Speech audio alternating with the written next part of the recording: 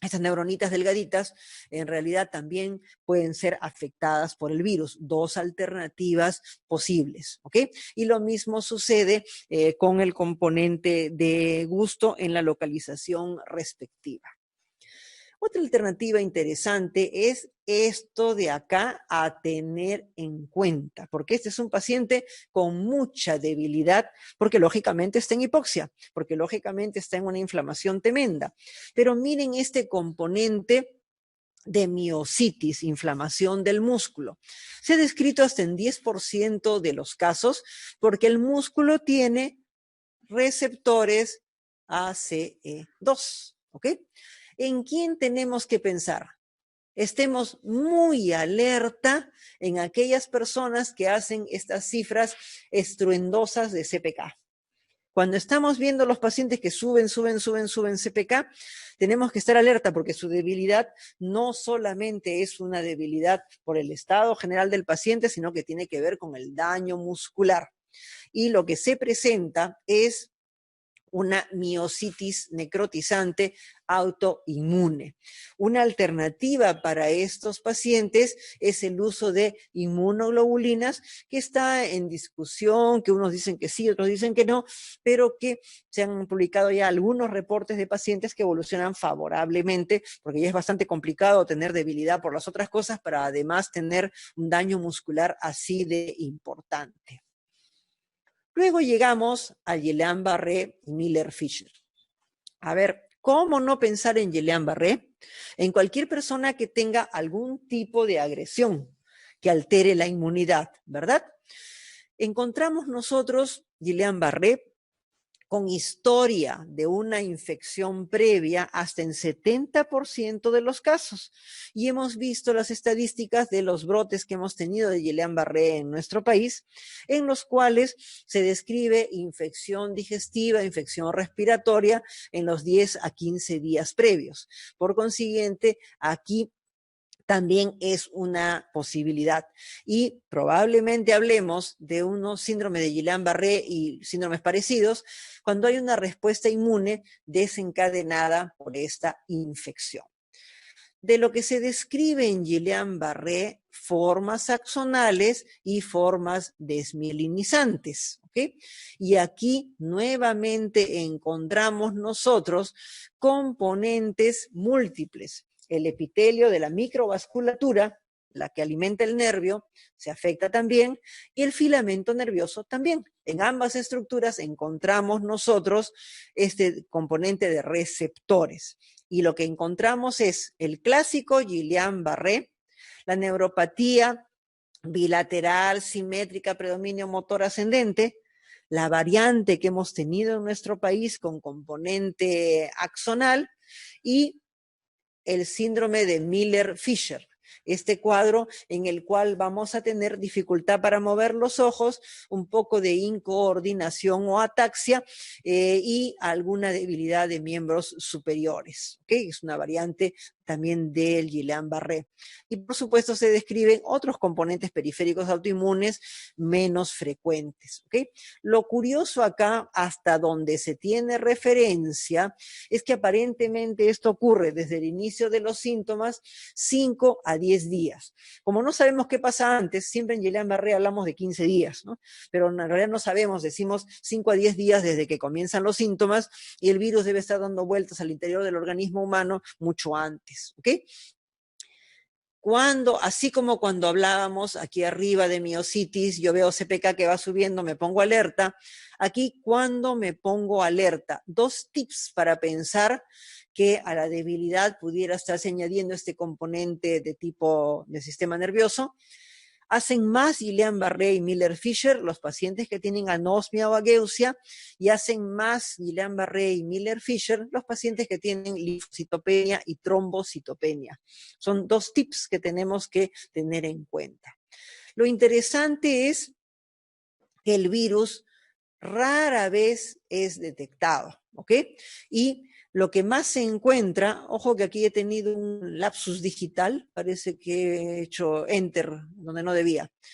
El virus rara vez se detecta, lo que se encuentran son anticuerpos antigangliósido. Y el otro componente interesante de las publicaciones es que, y que se ha visto aquí también en los casos que ya se han registrado con Guillain-Barré por coronavirus, mejoría con perfusión de inmunoglobulinas.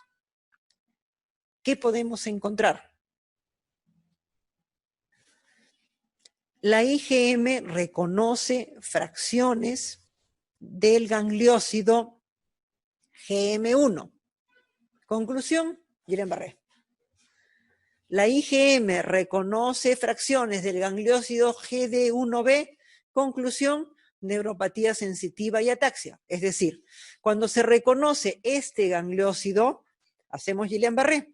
Y cuando se reconoce este gangliósido, hacemos Miller-Fisher. ¿Okay? Depende de qué se reconozca. Como ven ustedes, es un reconocimiento que está equivocado, una confusión del sistema nervioso que hace que se ataque estos dos gangliósidos y nos da o el motor o el predominantemente sensitivo. ¿Okay? ¿Cómo diferenciar el Guillain-Barré de la neuropatía de UCI?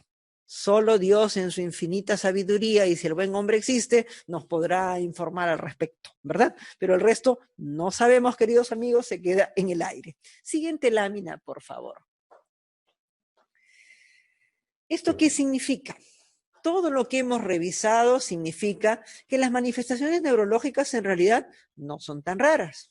Podría tratarse de un efecto citopático directo, podría tratarse de una respuesta inflamatoria, podría tratarse de hipercoagulación o sus complicaciones, y probablemente una mezcla de todas estas cosas.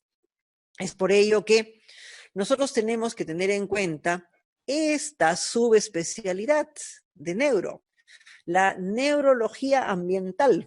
Ahora, la Federación Mundial de Neurología está hablando de la neurología ambiental, la relación entre el sistema nervioso y el ambiente. Así es que para ponernos todos, ¿no?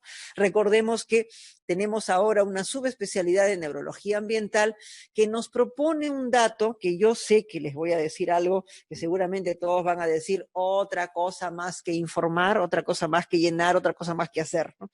Pero sería realmente muy interesante para los que hacemos neuro, poder tener una recopilación de bases de datos locales con manifestaciones neurológicas que nos ayudarían a aclarar mucho más las cosas. En realidad, neuro implica que podamos tener manifestaciones agudas que nos complican, implica que podamos tener manifestaciones a largo plazo que pudieran significar una secuela. En todo caso, lo importante es reflexionar, por eso he traído esta pintura que representa la parte más importante para la reflexión, que es el lóbulo prefrontal. Recuerden que es el lóbulo que analiza.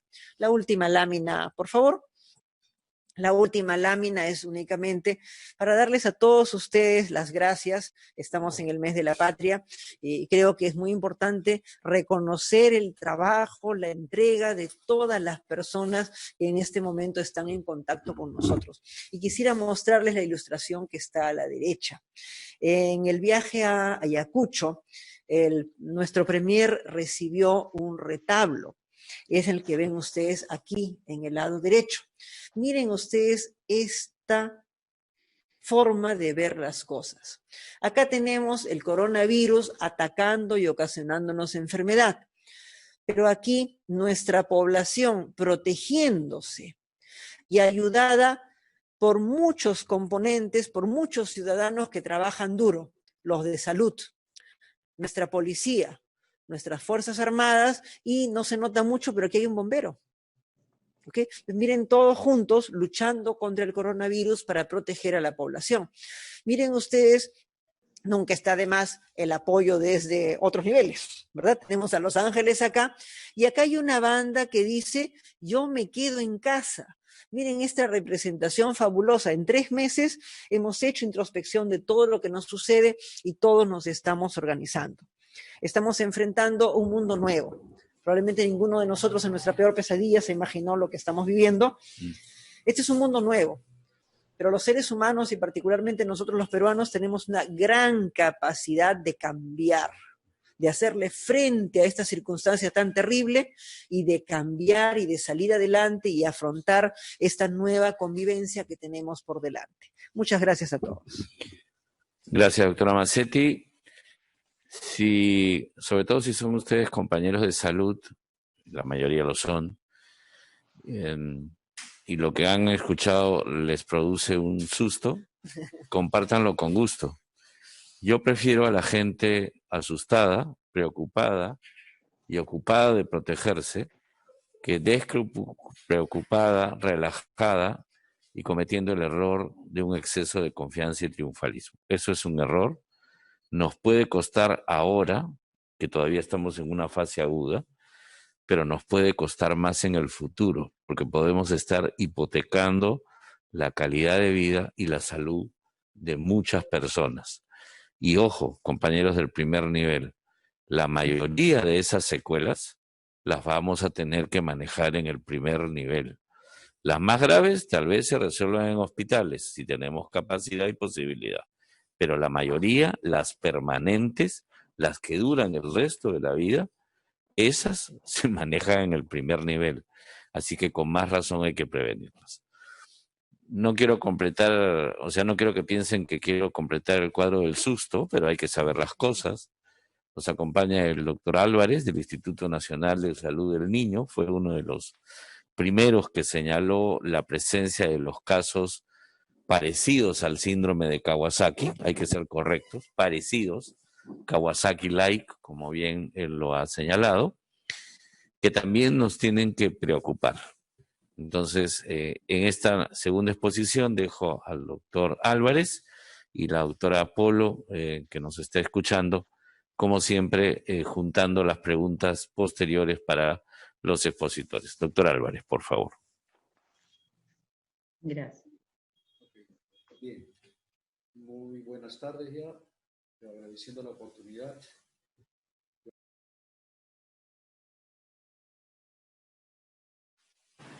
Muy buenas tardes, agradeciendo la oportunidad de poder compartir con ustedes algunos conceptos en relación a este problema médico nuevo, como todo lo que nos está pasando últimamente, lo relacionado a la infección del COVID-19 y el síndrome inflamatorio sistémico pediátrico. Primero recordar un poquito la línea de tiempo de este problema que está con nosotros desde hace 6 meses. Empezó esto a finales de año, como sabemos, en China, la provincia de Wuhan, y ahí comenzaron a aparecer casos primero en Europa, Alemania, Italia, España. El primer caso en Latinoamérica se registró en Brasil para el 24 de febrero y el primer caso en el país lo tuvimos para el día 6 de marzo. Es decir, es una enfermedad que está con nosotros 6 meses y que a la fecha aproximadamente hay 10 millones de casos confirmados en el mundo y aproximadamente 500.000 fallecidos en todo el planeta. ¿Qué es lo primero que aprendimos de este grave problema?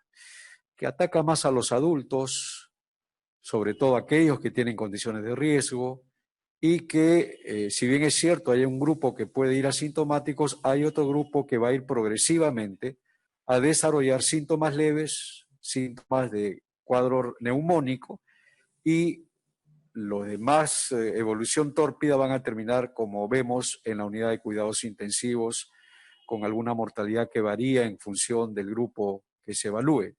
Y todo esto puede ocurrir en un adulto una vez infectado a partir del 5 o día 7 y tenerle una condición muy crítica en forma muy rápida. Esto es lo que sabemos, esto es lo que vemos. ¿Qué pasa con los niños?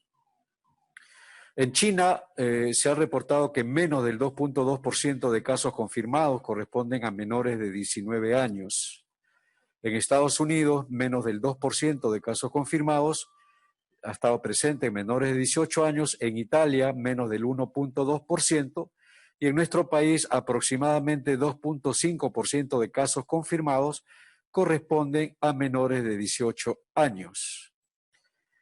¿Qué características tienen estos casos confirmados en el grupo de edad pediátrica? Un buen número de ellos, 55% de casos, van a estar asintomáticos o van a presentar cuadros leves. El 39% van a ser cuadros moderados, respiratorios, especialmente neumónicos. Un 5% se va a comportar como un cuadro severo y 0.6% van a evolucionar a condiciones críticas. Es muy importante resaltar que aquellos que hacen una evolución como cuadro moderado o severo son generalmente aquellos niños que tienen alguna comorbilidad, que luego iremos señalando. ¿Qué más hemos aprendido de este SARS-CoV-2 y esta infección COVID-19 en los niños? La incidencia no podemos definirla, en tanto no se hacen estudios de tamizaje en términos generales a nivel de la población pediátrica. En China, en serie de más de 2.000 niños con COVID-19, la gran mayoría fueron asintomáticos o tuvieron síntomas leves. Cuando se han investigado, sin embargo, niños sintomáticos respiratorios, solo al grupo de sintomáticos respiratorios, en ellos 10% tuvo COVID-19 positivo. Se sabe también que la infección en los niños se adquiere en el entorno familiar. Es generalmente alguien del entorno que le transmite el virus al niño. Estos niños son generalmente asintomáticos y los sintomáticos, felizmente, hasta aquí, en términos generales, tienen una evolución favorable. La mayoría de casos sintomáticos suelen presentar fiebre y signos de infección de vías respiratorias altas y una menor proporción de ellos puede desarrollar verdaderas neumonías. Está claro hoy que el grupo de riesgo para hacer formas severas son aquellos que tienen comorbilidades y algunos también señalan que los del grupo menores de 1 año podrían estar en este grupo de riesgo. Esto aún está en un tema controversial.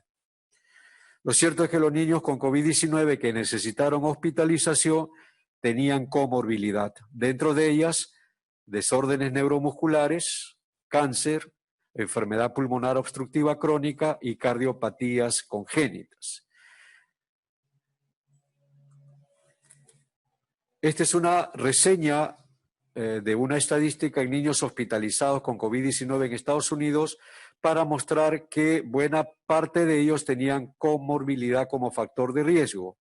Dentro de ellas, obesidad, el 58%, asma bronquial, enfermedad neurológica, el 8.3%, enfermedad cardiovascular y otras, ¿no? Obesidad, asma, enfermedad neurológica y cardiovascular a la cabeza como comorbilidades que favorecen un desarrollo de formas más importantes de esta infección por el COVID-19. En el caso de los niños admitidos a la unidad de cuidados intensivos, lo mismo, los niños obesos, los niños con enfermedades crónicas y los niños con diabetes en este grupo fueron aquellos que requirieron admisión en la unidad de cuidados intensivos. En nuestras estadísticas nacionales está claro que la incidencia a nivel pediátrico y la letalidad en el grupo pediátrico es realmente baja hasta el día de hoy. ¿Qué ha pasado entonces desde que hemos conocido este problema? Para el mes de marzo hablábamos poco de los niños, todo estaba centrado en los adultos y comenzábamos a afirmar que la mayoría o eran asintomáticos o desarrollaban síntomas leves. Ya para el mes de abril y mayo comenzó a aparecer las referencias sobre casos clínicos de niños que tenían la infección con el COVID-19 y una forma de presentación semejante al Kawasaki, que luego vamos a desarrollar, lo que de inicio llamaron el Kawasaki-like. Ya para el mes pasado se estableció claramente una relación que existía entre el COVID-19 y este nuevo síndrome inflamatorio sistémico. ¿Qué vendrá más adelante? Lo vamos viendo. Porque una característica que estamos todos viviendo, y creo que es un hito en la historia de la medicina, es que nunca como hoy tenemos una pandemia monitorizada en tiempo real. Sabemos qué es lo que pasa en cualquier parte del mundo con este problema de salud pública, cosa que nunca antes había ocurrido. ¿Qué podemos decir en relación a los neonatos? Que la ruta de transmisión es de persona a persona, no se ha demostrado transmisión vertical.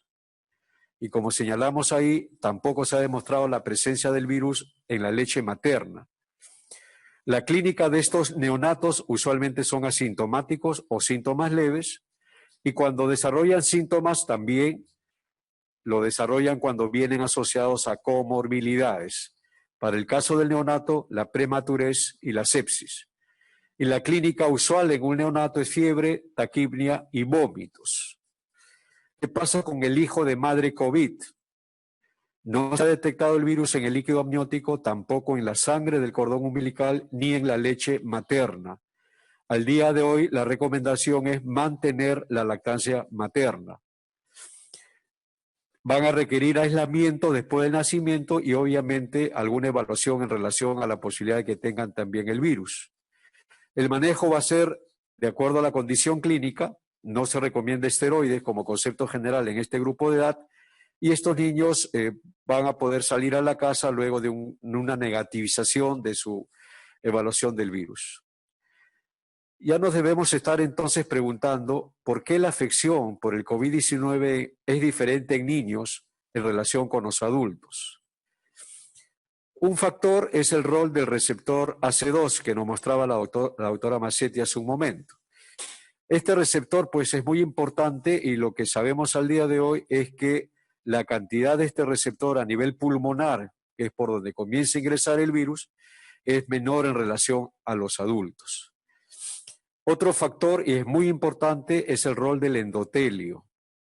Cuando nos hablaban de las condiciones de riesgo en los adultos, llámese diabetes e hipertensión arterial, y nos hablaban de que en ellos la posibilidad de hacer formas graves por esta infección está ahí como una causa, eso se explica porque justamente esas comorbilidades tienen como característica una disfunción endotelial, cosa que no ocurre en los niños, que tienen un endotelio sanito.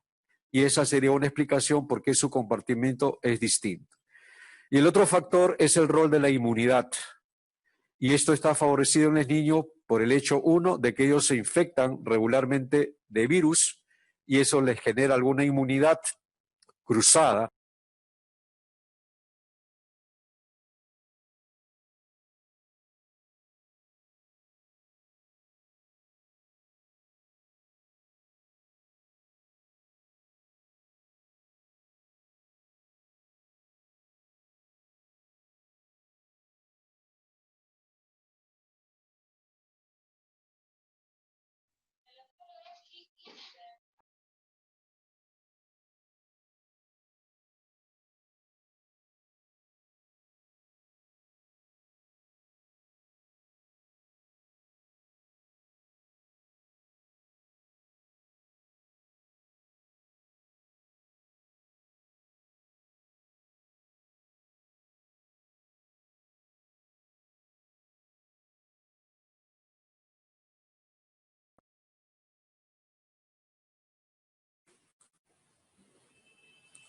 A nivel de la literatura lo vamos a encontrar con diferentes nombres. Como suele ocurrir con las novedades en medicina, comienzan a llamarlos de una u otra forma, hasta que esto finalmente encuentra un punto de equilibrio.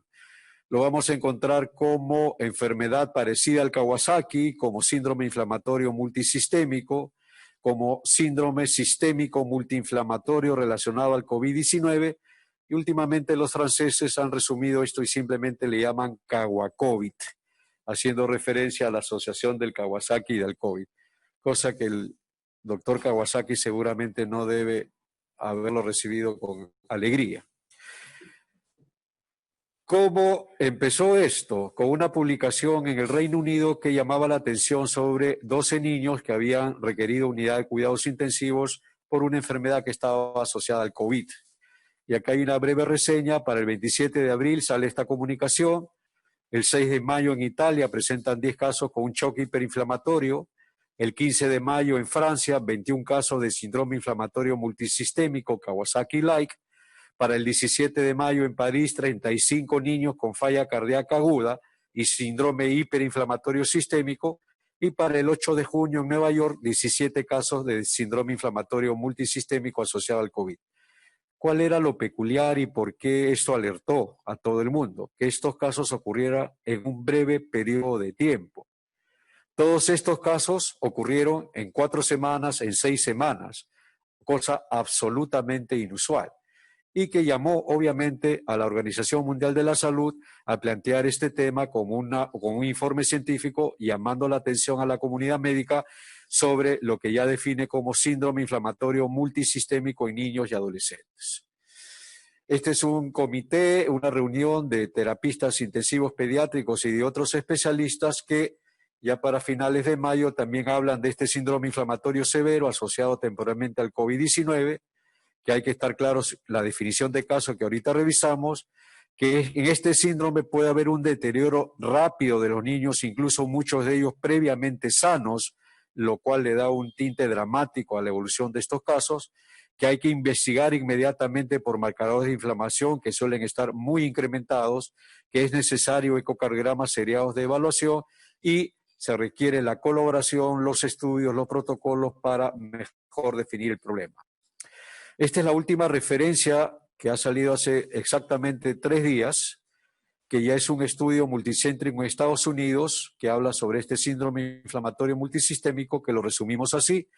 Se desarrolló del 15 de marzo al 20 de mayo, 186 casos en todo Estados Unidos, con un promedio de edad de 8.3 años, 62% del sexo masculino, 73% previamente sanos, 90% con característica de fiebre por más de 4 días, 92% con afectación de más de un órgano, que vamos a ver es parte de la definición de caso, 90% de ellos con afectación gastrointestinal y 80% con afectación cardiovascular.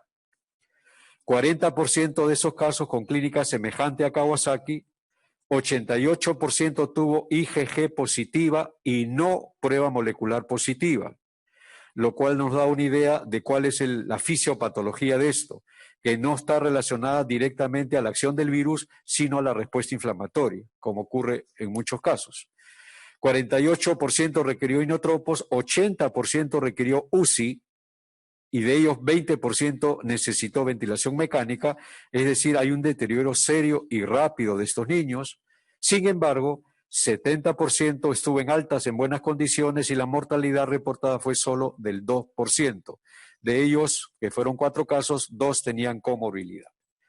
¿Por qué es que nos hemos preocupado mucho por este tema? Porque la mayor incidencia de este síndrome inflamatorio no coincide con el pico mayor de casos. El pico mayor de casos ocurre por acá y la mayor incidencia ocurre 2, 4 a 6 semanas después. Si nos ponemos a pensar, es nuestra realidad, es lo que puede estar por venir.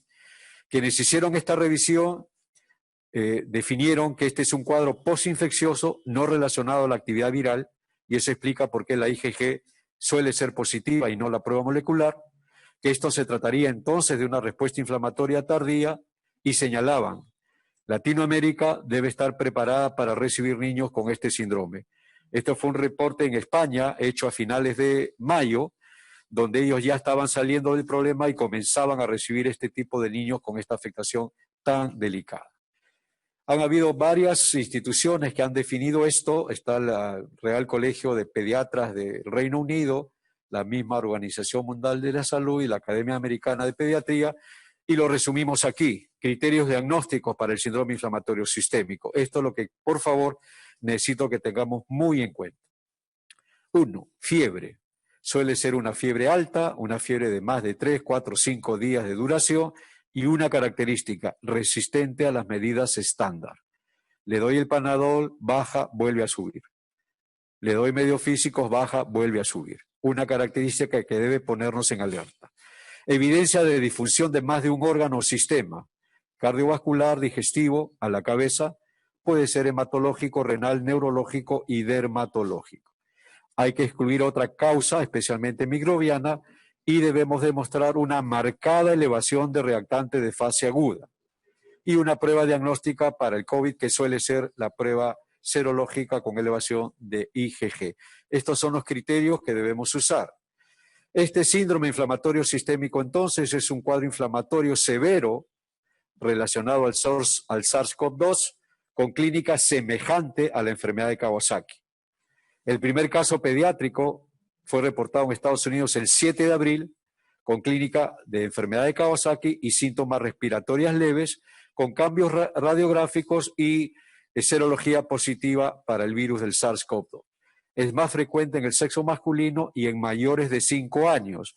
Y esto establece diferencias con el Kawasaki clásico, como vamos a ver. Y aquí está el dato. Países con mayor cantidad de casos confirmados han mostrado mayor incidencia de este síndrome inflamatorio sistémico. Los casos reportados se presentan como casos severos con severa disfunción cardiovascular. La mortalidad, sin embargo, es muy baja hasta el día de hoy y el diagnóstico temprano es muy importante. Y como vemos, si este es un cuadro febril pediátrico tan común, el primer nivel de atención otra vez vuelve a tomar un rol muy significativo. Esto es un espectro sindrómico que va desde un niño con fiebre y evidencia de inflamación sistémica, pasando por niños que cumplen criterios para Kawasaki y en su forma más grave, pacientes con inflamación sistémica severa y shock. Este es un esquema, lo vamos a resumir mejor acá. Este síndrome inflamatorio sistémico, niños mayores de 4 o 5 años, la gran mayoría, fiebre, dato importante, dolor abdominal. Hoy en día, el síndrome febril pediátrico en tiempos del COVID, no podemos verlo igual que siempre. Niño con fiebre, debemos preocuparnos como siempre. Pero si tengo niño con fiebre y con dolor abdominal, me debo preocupar más. Y si tengo niño con fiebre, con dolor abdominal, ojos rojos, cambios en la piel, me debo poner muy en alerta de la posibilidad de este síndrome inflamatorio sistémico pediátrico. Alto grado de sospecha, entonces, sí, tengo un niño febril con hipotensión, con miocarditis, cuyo marcador clínico es la taquicardia persistente, con evidencia de Kawasaki, con dolor abdominal, con o sin náuseas y con otras manifestaciones como cefalea, tos, odinofagia y letargia. Todo esto acompañado, y es lo primero que hay que buscar, reactantes de fase aguda muy elevados. PCR, procalcitanina, la cabeza, dímero D, hay que buscar también troponina y el ProBNP para el tema cardiovascular, con IgG usualmente positiva en este grupo de casos. Cuando sospecharlo, entonces, resumiendo, un cuadro clínico de shock séptico tóxico debe hacernos plantear hoy en día Kawasaki, COVID asociado, cuadro clínico de enfermedad de Kawasaki, sea la forma completa o incompleta, y un cuadro clínico febril asociado a síntomas digestivos, dérmicos o, si viene asociado a hipotensión, a taquicardia sostenida no proporcionada al grado de fiebre. Todo esto con o sin antecedente de contacto al virus y muchos con prueba molecular negativa y prueba serológica positiva. Este síndrome, entonces, da con un cuadro cardiovascular semejante a miocarditis, se puede presentar como un paciente en shock o con un cuadro muy semejante al Kawasaki. Como vemos, a diferencia del adulto, el cuadro respiratorio no es el predominante. Es más, los niños que requieren ir a la UCI y requieren ventilación mecánica no es por el tema respiratorio, es por la inestabilidad hemodinámica que da la disfunción miocárdica que esto provoca. Y como este es el tema más crucial, hay que saber reconocerlo. ¿Cuál es la clínica? La taquicardia persistente. Tengo un niño taquicárdico y no relacionado a la fiebre, debo preocuparme. El electro va a ser inespecífico, salvo que muestre arritmias. Debo buscar troponinas elevadas y el ProBNP para afinar el diagnóstico. Y el ecocardiograma como imagen nos va a ayudar mucho. Una remembranza al doctor Tomisaku Kawasaki, que falleció, cosas de la vida, el 5 de junio, en plena pandemia, y cuando ya se había enterado que los franceses le llamaban Kawakovid a la enfermedad, creo que le dio algo. Pobrecito. Y bueno, en honor a él, hoy día estamos hablando de este tema y recordemos cómo era el Kawasaki clásico. Usualmente a menores de 5 años, las formas completas consideran ojo rojo, sin secreciones, lengua como una fresa, eritema y edema palmar y plantar, exantema y la presencia de un ganglio cervical. Es la característica clínica del Kawasaki que usualmente vemos. Ellos suelen tener afectación coronaria, trombocitosis como marcador en el laboratorio, no hay un test diagnóstico, el Kawasaki es un diagnóstico absolutamente clínico, suelen no dar componente digestivo, responden muy bien a la inmunoglobulina, no hay una serología específica, no evolucionan al shock y la mortalidad es baja. ¿Qué pasa con este Kawasaki-like?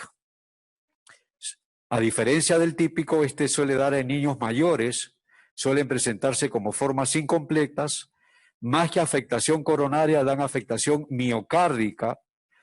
Los niños que hemos visto los hemos recibido pues con una fracción de eyección de 27, 30, 35%, muy comprometidos. Dan trombocitopenia y característicamente linfopenia. Es un marcador para este Kawasaki-like. Hay marcadores de miocarditis como la elevación de troponina. Viene con mayor compromiso digestivo, hemos dicho, niño febril, con estigmas de Kawasaki, dolor abdominal, debo preocuparme. Pueden tener resistencia al tratamiento de la hemoglobina, frecuentemente van al shock y la mortalidad es algo mayor que en el Kawasaki típico. Entonces son temas para tenerlos muy en cuenta. Algo se movió.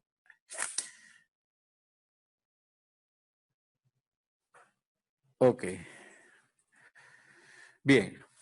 La pandemia, como sabemos, se inició en Wuhan, en China. Y nos preguntamos, cuando hacíamos esta investigación, ¿cuántos chinitos han sido diagnosticados de este síndrome inflamatorio sistémico? Y comenzamos a hacer la búsqueda. Ninguno. Esto nos da una idea, lo que ya se está planteando, de que habría alguna característica étnica o alguna característica genética que estaría determinando que unos sean más afectados que otros. Lo concreto hasta el día de hoy, que no se ha encontrado ningún solo reporte de niños en China con afectación de este síndrome.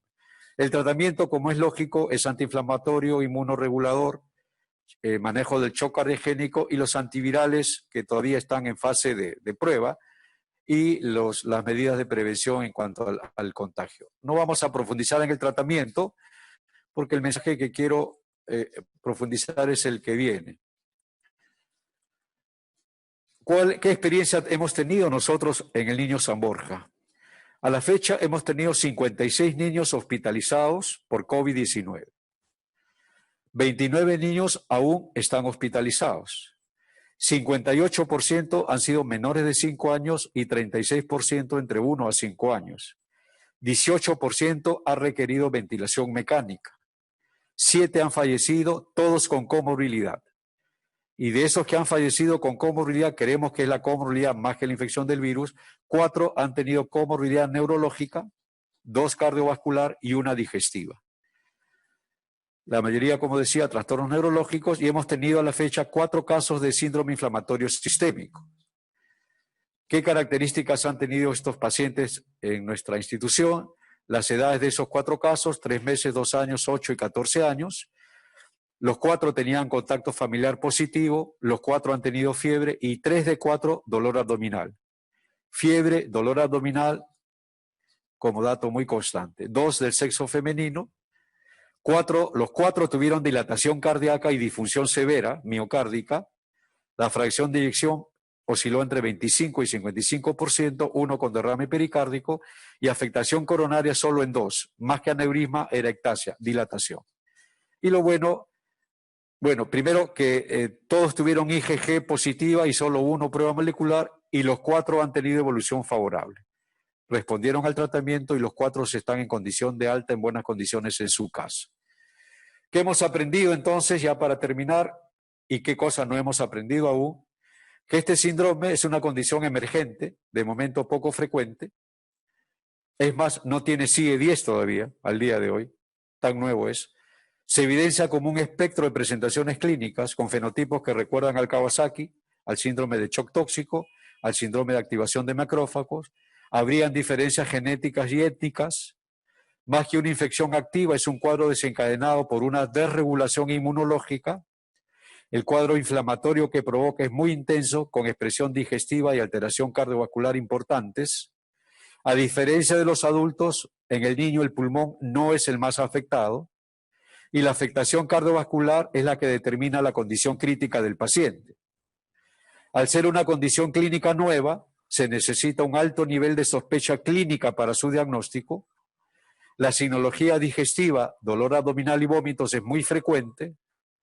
El síndrome inflamatorio sistémico no es una forma grave de enfermedad de Kawasaki, hay que tener conceptualmente claro el tema. Los marcadores de respuesta inflamatoria son muy importantes para el diagnóstico y suelen estar muy elevados. En términos generales, a Dios gracias, el pronóstico es favorable, con baja mortalidad, y nos preguntamos si este síndrome inflamatorio ha llegado para quedarse con nosotros y mantener una baja incidencia. No lo sabemos aún. Nos preguntamos si esta infección del SARS-CoV-2 genera inmunidad permanente. Al parecer, no genera inmunidad permanente. Por lo tanto, necesitamos registro de casos, colaboración y estudios multicéntricos para definir este pronóstico a largo plazo. Nunca hemos tenido una pandemia de enfermedad de Kawasaki. ¿Tendremos una de síndrome inflamatorio? Síndrome inflamatorio sistémico y salud pública, para tener en cuenta y para reforzar las ideas. Es una condición clínica no frecuente, pero de mayor incidencia en países con mayor número de casos. Perú, en este momento, encaja. Incidencia es mayor a las 4 semanas después del pico de incidencia de casos. Por lo tanto, esto está por venir, pensamos que está por venir. La presentación clínica inicial es inespecífica y por lo tanto hay que estar muy atentos. Esto viene como un síndrome febril, por lo que necesita un alto grado de sospecha en el primer nivel de atención. Buscar evidencia de afectación de más de un órgano o sistema, digestivo, dérmico, gastrointestinal o digestivo, cardiovascular, neurológico. Y todo paciente con clínica de enfermedad de Kawasaki, especialmente si está asociado a dolor abdominal, debe alertarnos y debe hacernos propiciar una referencia oportuna al nivel que corresponda para la atención necesaria. Recordar que la evolución es a un compromiso hemodinámico severo y shock, felizmente con buena respuesta al tratamiento oportuno y hasta aquí con buen pronóstico en lo inmediato, no lo conocemos a largo plazo, y en el momento actual es muy importante recordar el tema de la vacunación en los niños, que de alguna forma está dejada a un lado por toda la situación, pero hay que recordar ya a todos sobre cumplir con el esquema de vacunación y en el momento actual de invierno, especialmente con el tema de la influenza estacional. El verdadero viaje de descubrimiento no consiste en buscar nuevos paisajes, sino en mirar con nuevos ojos, y es lo que estamos haciendo ahora los médicos con esta pandemia. ¿Qué nos trata de decir esta relación del Kawasaki y el SARS-CoV-2? Creo que no solo en el tema de cardio, sino en otras áreas, esa es una cosa que vamos a ir conociendo. Yo les agradezco la atención y estamos dispuestos a cualquier pregunta. Muchas gracias. Aprovechando el apoyo de Dictel, que siempre nos regala tiempo extra, nos permite comunicarnos, y de los miles que nos están siguiendo en este momento, sabemos que también están desde el extranjero, están siguiendo, se han interesado en esto. Quisiera pedirle a la doctora Polo que la pregunta más frecuente que haya habido para la doctora Mazzetti y luego para el doctor Álvarez nos la comparta para que ambos la puedan absorber. Adelante, doctora Polo. Buenos días, doctores. Un placer poderlos acompañar el día de hoy. Para ahorrar los tiempos, para la doctora Mazzetti, si en las personas que tienen epilepsia, ¿sí?, se deben tener recomendaciones especiales, y si en ellos, en estos pacientes, estaría indicado el tratamiento con acitromicina. Las personas que son portadoras de epilepsia tienen que tener el máximo cuidado en cualquier condición intercurrente. Cuando un paciente con epilepsia tiene una intercurrencia y no sigue correctamente su tratamiento, o recibe su tratamiento y el tratamiento no puede ser absorbido, esto genera dificultades propias de la mala atención de la crisis convulsiva. Si el paciente con epilepsia tiene un componente de COVID que es importante, hay que vigilar las manifestaciones neurológicas, porque si tiene un patrón convulsivante y hay un componente inflamatorio en el sistema nervioso, evidentemente su riesgo de descompensar sus crisis puede ser mayor. Que la persona con epilepsia, de por sí por el diagnóstico de fondo, tenga mayor riesgo, no está descrito este tipo de componente. Y lo ideal cuando utilizamos un medicamento que creemos que va a disminuir la carga viral, es que todos sabemos que todo se queda en la sección creemos que va a disminuir la carga viral. Si no hay otros riesgos, podemos emplearlos, pero si hay riesgos, yo sugeriría, en el caso de medicamentos de este tipo, que se emplee un medicamento que no sea, un antibiótico que no sea irritante sobre la corteza cerebral, que sería la misma sugerencia que le haría a cualquier persona con crisis convulsivas que requiere un antibiótico.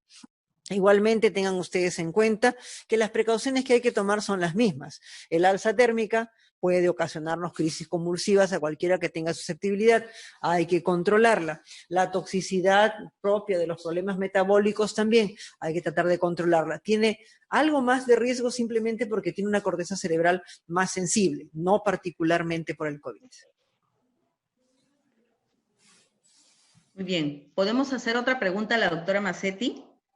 En términos generales, si de acuerdo a estas complicaciones que se están suscitando, ¿no? En la parte neurológica, ¿sería necesario un seguimiento para una evaluación específica neurológica después de que los pacientes han tenido el COVID, ¿no? Sobre todo considerando el primer nivel de atención, para poder estar alertas a cualquier tipo de complicaciones? En efecto, yo creo que tienen absoluta razón. Esta pandemia nos ha demostrado que este es el momento del primer nivel. Yo trabajo en tercer nivel, trabajo en neurogenética, en biología molecular, traducido al castellano, casi la última chupada del mango. Y sin embargo, hay que reconocer que lo más importante para la salud de un país es el primer nivel, porque en el primer nivel estamos al pie de las personas. ¿Dónde vamos a detectar a la persona que tuvo COVID y le falta el aire? ¿Dónde vamos a detectar a la persona que tuvo COVID y la puntita del pie se le empieza a caer cuando camina? Y así sucesivamente. ¿Dónde vamos a detectar a la persona mayor que de repente, quién sabe, por esto que hemos hablado de los receptores en el cerebro, empieza a hacer con el paso de los meses algo de deterioro? En el primer nivel. El primer nivel es el primer punto de encuentro con la población y es donde encontramos, quién sabe, tal vez no vamos a encontrar al súper especialista que le va a hacer un diagnóstico sofisticado, pero vamos a encontrar lo más importante, la señal de alarma, la persona preparada para darse cuenta cuando un ciudadano empieza a cambiar, porque lo conoce, porque está al pie de él y porque sabe escuchar a la familia. Es por eso que el primer nivel es el que tiene que estar alerta. ¿Qué pasará? Estamos escribiendo esta página de la medicina. No sabemos qué va a pasar, cuáles van a ser las secuelas. Deben haberlas seguramente. Pero tenemos aquí un momento crucial para demostrar la trascendencia del primer nivel y que el primer nivel nos guíe a lo que va sucediendo en los meses por venir. Gracias. ¿Puedo generar preguntas para el doctor Álvarez? ¿Sí? ¿Todavía hay Adelante, tiempo? adelante. Ya. Para el doctor Álvarez, una de las preguntas recurrentes es ¿qué cuidados tener con la gestante que tiene COVID, ¿no? Y que está cerca del parto y también los cuidados específicos después del mismo. Bien. Voy a responder en relación a qué pasa con el hijo de mamá COVID. Como habíamos señalado, los neonatos nacidos de madre COVID generalmente son asintomáticos. Lo que sabemos hasta el día de hoy es que ni en la sangre de la placenta ni en la leche materna se ha encontrado presencia del virus. Lo que sabemos al día de hoy es que no está demostrada que exista una transmisión vertical, es decir, directa, entre la madre COVID-19 hacia su niño, hacia su bebé. Eso no está demostrado. Los casos de neonatos con infección al virus generalmente ha sido otra la vía de transmisión, no esa vía vertical. Por lo tanto, los cuidados previos de la madre son los cuidados propios del área de la ginecobstetricia, los cuidados propios del desarrollo del embarazo. De ahí en más, el momento del parto, y eso lo define la evolución obstétrica. De ahí en más, en la atención del recién nacido, va a requerir, obviamente, las condiciones de bioseguridad en términos de aislamiento, en términos de equipo de protección personal para el personal que atiende al paciente, al bebito, y seguramente el descarte correspondiente. Pero hasta aquí, cada vez que se ha hecho eso, los resultados han sido negativos, porque no hay esa transmisión vertical. Por lo tanto, en resumen, la parte obstétrica es el manejo estándar, la decisión del tipo de parto es manejo estándar del lado obstétrico, la atención del recién nacido tiene la particularidad de ver el tema de la bioseguridad, porque es un caso sospechoso, vamos a decirlo de inicio, pero de ahí en más la evolución y el manejo en los recién nacidos no suele ser un problema.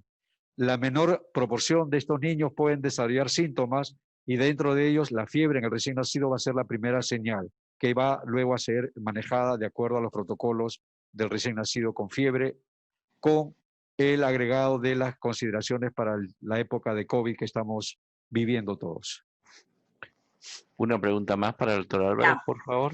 Sí, en aras del tiempo voy a hacerle dos preguntas en conjunto. Primero, en forma general, preguntan si los niños con COVID deberían recibir tratamiento y si es el mismo, aunque es controversial, el mismo tratamiento que se está dando actualmente al adulto. Y de otro lado, en el primer nivel de atención hay varios casos que se presentan, pero digamos leves de reacciones en la piel, que incluso algunos son sin fiebre, otros también sí con fiebre, y enfermedades diarreicas, ¿no? Se presentan también con diarrea. ¿Qué hay que hacer en esos casos, no? Y que si está indicado el tratamiento con corticoides o no. Ok. Para ir precisando los conceptos. Hemos dicho que es muy importante tener un alto nivel de sospecha para diagnosticar este síndrome inflamatorio sistémico pediátrico. Y hemos señalado que la característica clínica de estos pacientes son fiebre persistente, fiebre con alguna característica de ser resistente al tratamiento estándar y la asociación de otros síntomas, especialmente los digestivos. Junto a ellos, aquellos estigmas del Kawasaki, ojo rojo, exantema, eritema palmar, plantar, lengua farambuesada, ganglio cervical. Pero, ojo, el mensaje no es todo niño con fiebre tiene COVID. El mensaje no es todo niño con fiebre tiene síndrome inflamatorio sistémico. El mensaje no es todo niño con dolor abdominal tiene síndrome inflamatorio sistémico. Para precisar, entonces, lo que hemos tratado de señalar es que este problema existe. Lo primero es llamarles la atención de que esto existe y que esto puede presentarse con alguna frecuencia en las próximas semanas. Esa es la primera cosa importante que queremos dejar hoy, que ustedes sepan que esta condición es nueva y que existe y que puede presentarse. De hecho, nosotros ya hemos tenido 4 casos en el instituto.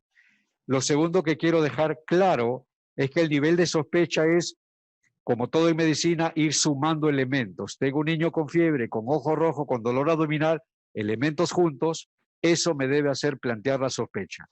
Tengo un niño previamente sano que hace un cuadro febril y se deteriora rápidamente, acuérdense, esto da un compromiso hemodinámico, puede evolucionar a una forma de shock y potencia al paciente rápidamente, eso me debe alertar rápidamente.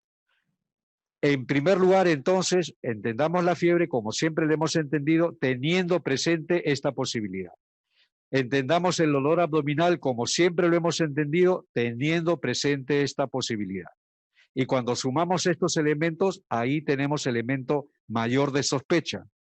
Y si tenemos ese elemento mayor de sospecha para este síndrome inflamatorio, lo mejor, lo que corresponde, luego de atenderse en el primer nivel, es referirlo al nivel correspondiente para completar la evaluación y tomar la decisión. En relación al tratamiento, entiendo que la pregunta va por el hecho de la posibilidad de dar tratamientos preventivos, entre comillas. No, en niños eso no ocurre. Recordar que la gran mayoría de ellos son asintomáticos. Recordar que la gran mayoría de ellos da síntomas respiratorios leves. No nos olvidemos de una cosa, que ahorita estamos en invierno y que ahorita nos toca la puerta de la influenza. Esa influenza que todos los años la vemos, que nos trae esos niños con fiebre, moco y tos de todos los años, pero que esta vez nos va a poner un poquito más en alerta porque tenemos el virus conviviendo con nosotros y tenemos ahora el conocimiento de que pueden algunos de ellos evolucionar a estas formas más graves de enfermedad como es este síndrome inflamatorio sistémico. Otra vez el juicio clínico sigue siendo lo más importante.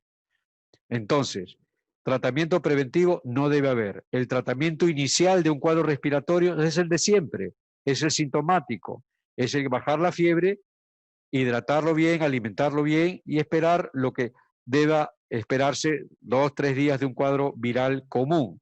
Si la evolución comienza a ir de forma inusual, comienza a aparecer un compromiso que evidencia un deterioro del niño, comienzan a aparecer estos estigmas cutáneos o de los ojos o de la lengua, o comienza el niño a quejarse inusualmente de un cuadro febril respiratorio asociado a un cuadro abdominal, eso eleva nuestro nivel de sospecha otra vez y eso debe darse la referencia.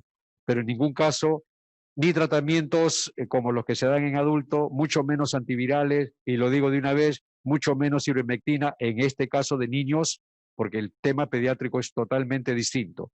En los adultos lo que se busca es que evolucionen rápidamente a una condición grave que los lleve a unidad de cuidados intensivos, cosa que en los adultos con factores de riesgo ocurre en 5 o 7 días de infectados. Aquí este síndrome aparece 4 o 6 semanas después de la infección. El virus no está presente. Lo que está presente es la reacción inflamatoria tardía. Esa desregulación de la respuesta inmunológica provoca el problema, pero ya no es el virus. Muchísimas gracias. Una vez más agradezco a los compañeros de Dictel por su trabajo, por estas oportunidades que nos dan. Con permiso de los doctores Massetti y Álvarez, y sus presentaciones pueden ser colgadas para acceder a ellas. Van a ser colgadas en YouTube y en otros canales de Dictel a disposición de ustedes. Y les quiero pedir un gran favor. Hasta otro en los 8 eventos que hemos tenido sobre primer nivel de atención,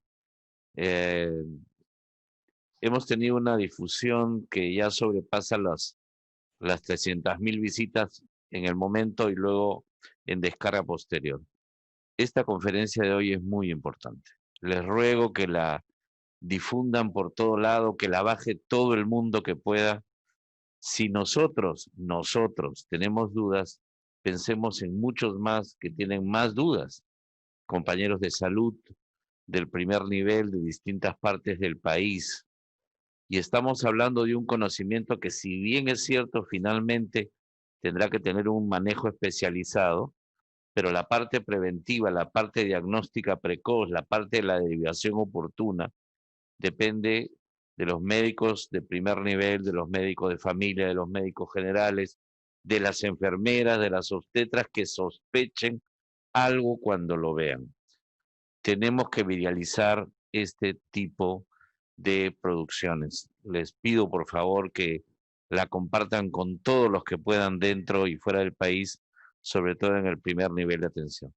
Y les vuelvo a decir, mis queridos compañeros de todo el país, mis queridos guayquichas, mananguiracochas, que esto nos confirma que tenemos los de salud trabajo para muchísimo rato. No es solo la parte aguda, no es solo la salida, no es solo... Son cosas que o las prevenimos a tiempo o las agarramos a tiempo y minimizamos lo que puede continuar luego como secuela durante años, y la forma como eso va a afectar la carga de enfermedad no solo del país, sino de una familia, de una comunidad, de una sociedad. Nos podemos estar jugando el futuro, Creo que, vuelvo a decir, un error que estamos cometiendo es, escuchamos lo que queremos escuchar, la parte más bonita del mensaje, y no escuchamos lo más importante del mensaje, lo que viene después, lo que puede continuar, lo que se puede agravar. Tenemos que activar esa parte de la corteza cerebral que no quiere escuchar la parte no tan bonita, pero de eso se trata. De eso se trata, es algo que Pilar y el doctor Álvarez también han señalado, y yo quisiera recalcarlo. Difundir, compartir, consultar. Nadie ante algo que no conocemos debería pasarse por la duda de no preguntar a quien sabe más. Si tienen dudas, pregunten. No se queden con la duda, porque la duda le puede costar la vida y la salud a una persona, a un niño, a un joven, a un adulto, a quien quiera que sea, a un familiar, a un amigo, a un vecino, a una persona que confía en nosotros como personal de salud y quiere que le digamos qué le está pasando, que no termina de entenderlo. Si no lo entendemos nosotros, preguntemos y evitemos la fase posaguda que puede ser muy grave para el país. Muchas gracias, un saludo a todos, buen día, disfruten el almuerzo aunque se los hemos atrasado un poco, nos estaremos viendo en otro momento.